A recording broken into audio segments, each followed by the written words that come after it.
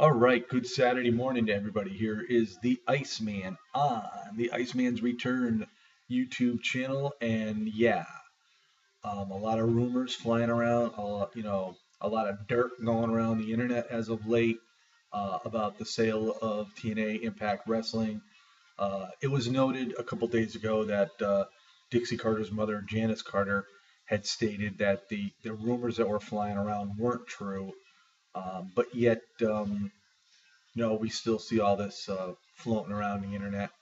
And I think mainly the concern for the Carter family is they're losing a lot of money. And I don't think they specifically want to sell the whole business. I think they just want to get a partner that has substantial backing behind them. And, you know, and yeah, they want to keep TNA afloat. I mean, without a doubt. And one of the names that have been floating around, there's been a couple floating around.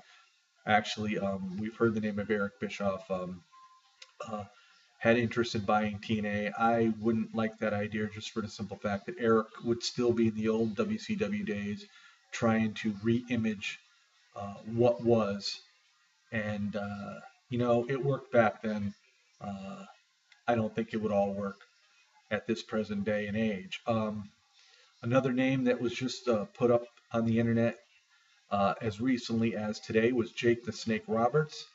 And he made a remark stating that if he owned TNA Wrestling, he would turn it all the way around and he would piss off Vince McMahon and he would eventually bury him. Well, Jake, in your dreams, first off, um, I doubt if you have the financial backing to purchase TNA. And, with your history and whatnot, I don't think it would be a good business deal for the Carters to involve Jake the Snake Roberts at this time, anyway. But another name that's a very prominent name that's rolling around is Billy Corgan, um, more famously known with the involvement of the Smashing Pumpkins. Um, he's got a lot of money. He's always been interested in TNA wrestling. He loves the product, and I think that might be one of the things that could help out TNA. Um, and like I said, I think the Carters aren't looking to sell TNA fully. I just think they want to sell some shares and get some investors in there and just sort of help out financially. And, maybe they can help turn TNA around. A lot of people have been talking about the fact, and, I've said this on numerous occasions, and so has many other YouTubers, Andre Corbeil, one of them, that the fact that you know the storyline of TNA right now is like a rip off of the WWE. There's no rip off of anybody, really. And what people are really upset about right now is that Dixie Carter, stripping AJ of the title. And if you think about the whole situation, a lot of it would make some sense. Um, AJ's out defending the belt as we speak, and but Dixie's got a storyline going how that he walked off, and so she's stripping him of the TNA World Heavyweight Belt. So now she has a tournament going on, and now my thoughts on that tournament are very good. I think it's a good idea if TNA does do what I think they may be doing. They'll have a tournament, and I would probably think that it would probably be either Austin Aries, Chris Sabin, um, I lost my train of thought, Bobby Roode, possibly being involved in winning this tournament, and of course being crowned the new TNA World Heavyweight Champion. And then, of course, AJ Styles will eventually return. He'll have his belt. They'll have a new TNA World Heavyweight Champion. And what would happen here? The two would collide, and they would end up having a match to see who is the real TNA World Heavyweight Champion. So that's why I feel that probably a heel will probably end up winning the tournament because AJ will be coming back, and it would make more sense. In my eyes, I'd like to see AJ come back and face like Austin Aries. I think that those two would put on a super match for the TNA World Heavyweight title. And yeah, I mean, someone, out there, you could say that, yeah, well, we've seen this happen in the WWE, but you know something?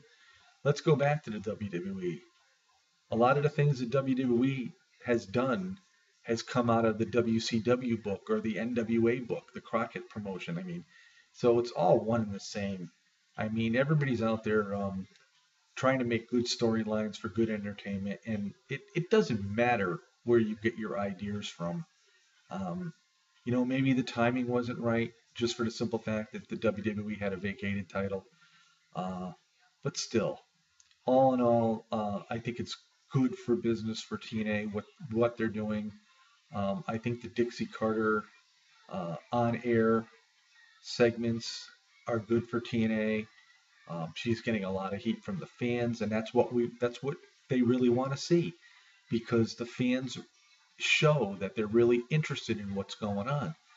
So yeah, so again, you know, hopefully the person that helps buy into TNA will be someone of some great value and uh, with money in the background financially. And with this being said, then TNA has a lot more room to work with, so to speak. I mean, they can do a lot more things. They can bring up some different stars, and these stars won't have to worry about being paid, and maybe they can take care of their salary issues with a lot of their superstars, and make the superstars want to stay in TNA and not try to jump ship. So yeah, all in all, I see for the next upcoming year, again, if a good financial investor gets involved with TNA, I see a lot of great things happening. And I will have to say this as well. There's a lot of WWE fans out there that want to see TNA go down. And why would you want to see another wrestling promotion go down? I mean, you got to understand, if WWE has absolutely no competition whatsoever, they don't have to put out the best product that they can. They can skate on by. I mean, this would totally make no sense. I mean, Vince McMahon, of course, would love it because he wouldn't have no competition.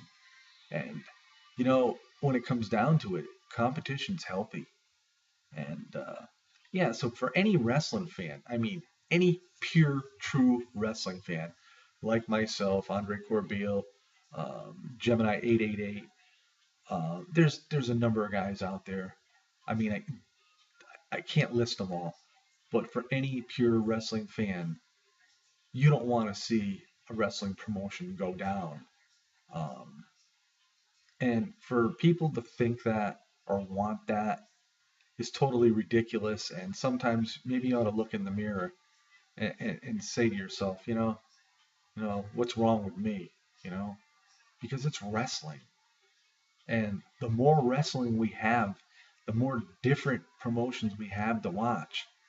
I mean, it gives us opportunities to, if we're not happy with one, we switch over and watch another. I mean, that's what it's all about.